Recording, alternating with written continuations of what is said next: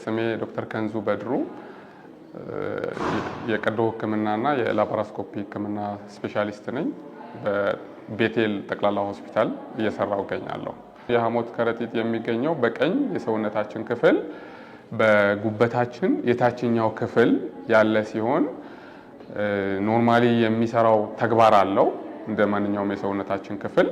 ያ ማለት የሐሞት ወይም ሐሞት ራሱ ወይም ባይል የምንለው የምግብ መፈጨት ሂደት ላይ የሚያስፈልግ ንጥረ ነገር ሲሆን ያንን በማጠራቀም የሰውነታችን ምግብ መፍጨት በሚፈልግበት ጊዜ በየመጠነ ወደ አንጀታችን ወይም ትንሹ የአንጀታችን ክፍል የሚለቅ ማጠራቀሚያ ከረጢት ነው ኖርማሊ የሐሞት ከረጢት ማለት። ይሄ በኖርማሊ ስራውን እየሰራ ባለበት ወቅት ወይ የሐሞቱ ማነስ ወይም ደግሞ የኮሌስትሮሉ መብዛት ቅድም አስፈላጊ ያልነው የሐሞት ፈሳሹ ወደ ጠጣርነት ወይም ጠጠር ወደምንለው እንዲቀየር ያደርጋል ማለት ነው። ስለዚህ ከነሱ መንስኤዎች አንደኛው ለምሳሌ ቢኤምአያቸው ከ30 በላይ የሆኑ በጾታ በአብዛኛው ሴቶች እንደ አንደኛው ምክንያት ነው። ሌላኛው ደግሞ እድሜያቸው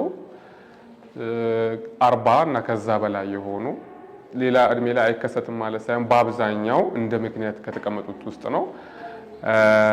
ኦሲፒ ወይም ኦራል ኮንትራሴፕቲቭ ፒልስ የምንላቸው የሚጠቀሙ ወይም ስቴሮይድ የሚወስዱ በተፈጥሮ የሐሞት ከረጢቱ ራሱ ለምሳሌ የነርቭ ችግር ራሱ የሐሞት ከረጢቱ የመኮማተርና የመዘርጋት ችግር ከገጠመው እዛ ውስጥ ያለው ሐሞት ይረጋል ማለት ነው። ስለዚህ በሚገባው መልኩ ስለማይፈስ ስለሚረጋ ጠጠር የመፍጠር እድሉን ይፈጥራል ማለት ነው። ማንኛውም ጋስትሪክ ሰርጀሪ ቅድም ያልኩት እዛ አካባቢ እንዲንቀሳቀስ የሚያደርጉ ነርቮችን ሊነኩ ስለሚችሉ አንደኛው ምክንያት ነው። ራፒድ ዌይት ሎስ የሚባል አለ።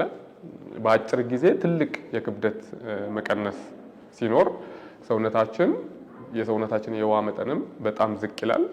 ስለዚህ ጠጠር የመፈጠር እድሉ ይሰፋል ማለት ነው። በቀኝ የሆዳችን ክፍል ላይ አልፎ አልፎ የሚመጣ የህመም ያ ህመም በአብዛኛው ፋቲ ሚል ስብ ያለው ወይም ስብ የበዛበትን ምግብ በምንወስድበት ጊዜ ህመሙ የመባባስ ባህሪ ያሳያል። ይሄኛው አሁን ያልኩት አይነት ህመም ከቀኝ የሆዳችን ክፍል በተጨማሪ ጎድን አጥንታችን ስር ያለው ቦታ ላይ ወይም ኤፒጋስትሪክ ፔን የምንለው ህመሙ ተመሳሳይ ነው ቦታው።